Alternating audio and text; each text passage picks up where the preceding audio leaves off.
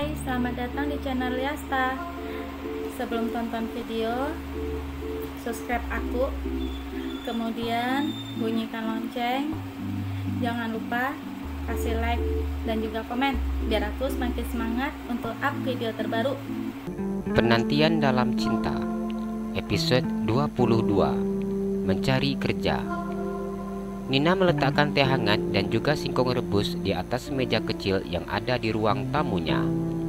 Nina duduk di depan suaminya yang saat ini sedang sibuk menulis surat lamarannya. Bila tulisan Nina bagus, Nina bisa bantuin Mas nulis. Tapi sayang, tulisan Nina enggak bagus, ucapnya yang begitu sangat kasihan ketika melihat suaminya membuat surat lamaran yang begitu sangat banyak. Johan tersenyum saat mendengar ucapan istrinya. Mas sudah sering nulis banyak-banyak seperti ini, ucapnya. Iya, Mas sekolahnya tinggi, ucap Nina yang tersenyum. Johan tersenyum saat mendengar apa yang dikatakan oleh istrinya. Johan mengambil teh hangat yang dibuatkan oleh istrinya dan meminumnya. Yang diantar kemarin apa belum ada panggilan? Tanya Nina. Johan menggelengkan kepalanya. Cari kerjaan itu enggak mudah, kita juga harus sabar nungguinnya. Jadi karena itu Mas buat surat lamaran banyak dan kemudian diantar ke perusahaan-perusahaan. Setelah itu tinggal menunggu panggilan, ucapnya. Kalau Nina cari kerjaannya cuma di warung makan, lamar kerjaan di warung makan enggak pakai lamaran seperti ini. Cukup datang ke warung makan menawarkan diri untuk jadi pembantu. Terus, bila pemilik warung memang butuh, maka akan langsung diterima kerja, ucap Nina menjelaskan. Johan tersenyum saat mendengar ucapan istrinya. Kalau di perusahaan, kita melamar untuk bekerja wajib pakai ini, ucap Johan yang tersenyum memandang istrinya. Bagaimana kalau Nina kerja aja? Nina yakin kalau Nina cari kerja nggak lama langsung dapat, ucap Nina. Johan mengusap kepala istrinya. Pria itu tersenyum dan menggelengkan kepalanya. Jangan, nggak boleh. Adek sabar aja nungguin abang diterima kerja. Dan jangan lupa doain. Semoga aja abang bisa dapat kerjaan dengan cepat. Lagi pula, uang kita masih cukup untuk biaya hidup menjelang mendapatkan pekerjaan. Tapi Nina harus hemat, ucapnya. Iya, jawab Nina. Capek tangan Mas Dek, ucap Johan. Nina mengambil tangan suaminya dan memijat-mijat jari tangan suaminya. Johan memegang tangan istrinya. Pria itu tersenyum dan memajukan bibirnya. Enggak usah dipencet, Dek. Dicium aja biar hilang capeknya, ucapnya. Nina tersenyum saat mendengar permintaan suaminya. Nina memajukan bibirnya dan mencium bibir suaminya. Apa nenek lama di rumah yang lagi buat acara, ucap Johan, yang mana nenek Halimah sedang membantu memasak untuk acara pesta pernikahan. Mungkin nanti sore pulangnya. Biasanya kalau nenek bantu tetangga masak seperti ini, pulangnya banyak bawa sambal, ucap Nina yang selalu senang ketika ada tetangganya yang mengadakan resepsi pernikahan seperti ini. Johan tersenyum saat mendengar ucapan istrinya. Pria itu kembali melanjutkan pekerjaannya menulis surat lamaran. Apa sudah ada panggilan? Ucap Halimah ketika mereka sedang makan malam bersama di ruang tamu. Johan menggelengkan kepalanya. Udah banyak Nek dimasukkan, tapi belum ada panggilan. Besok rencananya mau ngantar lagi ke perusahaan-perusahaan. Moga aja ada yang manggil Nek, ucap Johan. Iya, Nenek doain semoga secepatnya dapat pekerjaan, ucap Halimah yang berusaha untuk menguatkan cucunya.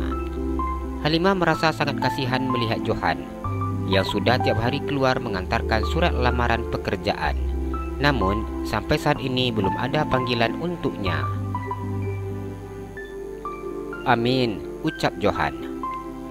Malam ini mereka makan dengan menu yang sangat banyak dan juga enak, berhubung Nenek Halimah pulang dari rumah yang membuat hajatan. "Nek, saya ke kamar ya, mau istirahat. Capek, tadi habis ngantar-ngantar lamaran," ucap Johan yang besok pagi harus pergi lagi mengantar surat lamaran pekerjaannya. "Iya nak, jangan banyak pikiran, jangan pusing. Kalau nanti rezekinya sudah ada, pasti ada panggilan," ucap Halimah. "Iya nek," jawab Johan yang kemudian pergi masuk ke dalam kamarnya, sedangkan istrinya duduk di tempat makan mereka. Johan masuk ke dalam kamar dan merebahkan tubuhnya di atas kasur yang dialas rapi oleh istrinya.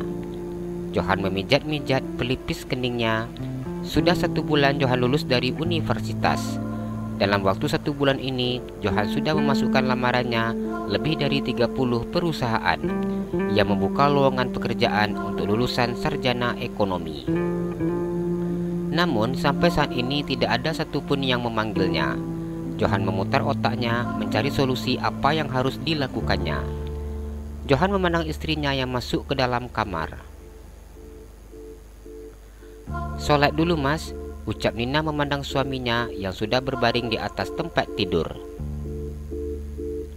"Iya, adik sudah berwudu?" tanya Johan. "Sudah," jawab Nina. "Tunggu sebentar, mas wudu," ucap Johan yang beranjak dari tempat tidur. Johan kemudian keluar dari dalam kamar untuk mengambil wudu. Setelah menikah dengan Nina, Johan tidak pernah melupakan ibadahnya, karena istrinya selalu mengingatkan dirinya untuk beribadah. Setelah melakukan sholat Isya bersama dengan istrinya, Johan kembali berbaring di atas tempat tidur. Nina merebahkan tubuhnya di samping suaminya. Nina memeluk suaminya dan mencium pipi suaminya. "Jangan terlalu mikirin pekerjaan. Nina yakin Mas akan segera mendapatkan pekerjaan," ucap Nina yang memberikan semangat untuk suaminya. Johan tersenyum dan menganggukkan kepalanya. "Terima kasih sayang," ucapnya. "Iya," jawab Nina yang tersenyum lebar. Johan mengangkat baju kaos yang dipakai istrinya ke atas. Nina memandang suaminya dan mengerutkan keningnya. Nina sudah sangat hafal apa yang diinginkan oleh suaminya. "Katanya capek," ucap Nina. "Iya, tapi kalau yang ini enggak," ucap Johan yang mencium bibir istrinya. Pria itu mencium leher istrinya, telinga istrinya, sedangkan tangannya bermain-main di permukaan kulit halus istrinya. "Mas itu kalau mainnya enggak pernah ada yang sebentar," ucap Nina yang memandang suaminya. Nina begitu merasa sangat lelah ketika suaminya yang begitu sangat lama menyelesaikan permainannya.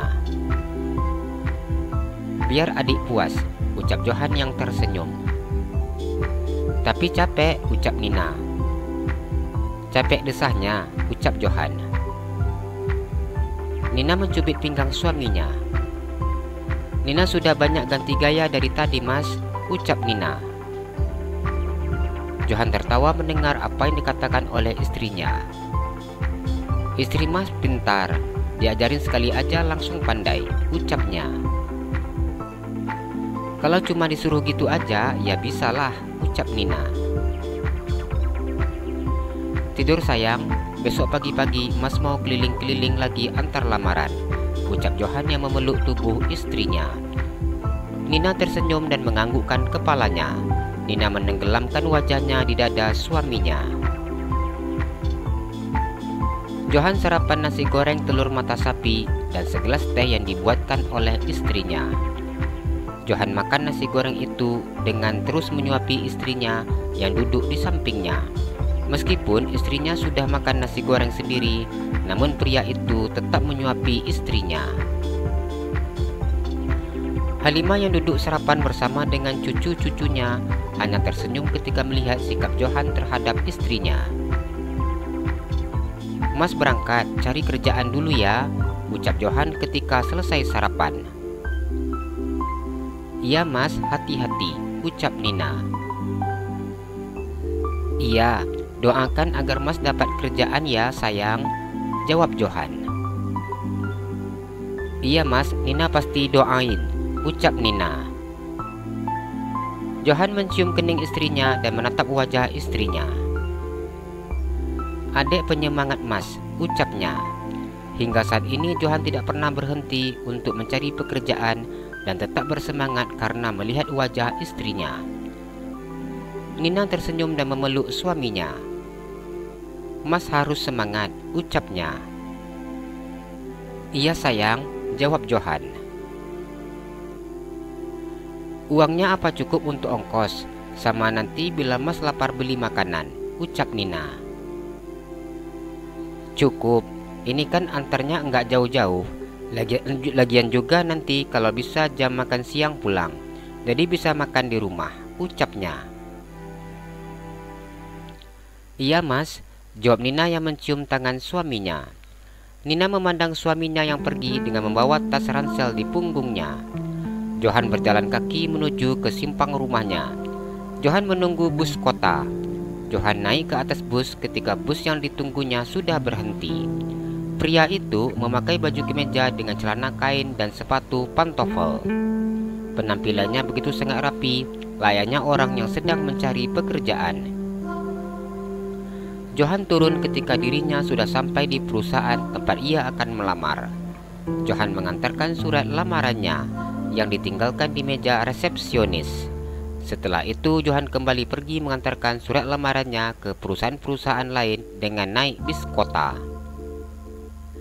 Johan turun dari bus dan mengantarkan surat lamarannya ke perusahaan yang sudah tidak terhitung jumlahnya.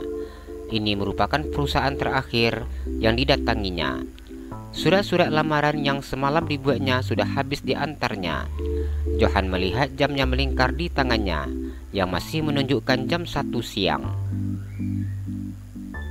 Langsung pulang sajalah, ucapnya yang memilih langsung pulang ke rumahnya daripada harus makan di luar. Johan duduk di halte bus menunggu bus kota yang akan dinaikinya.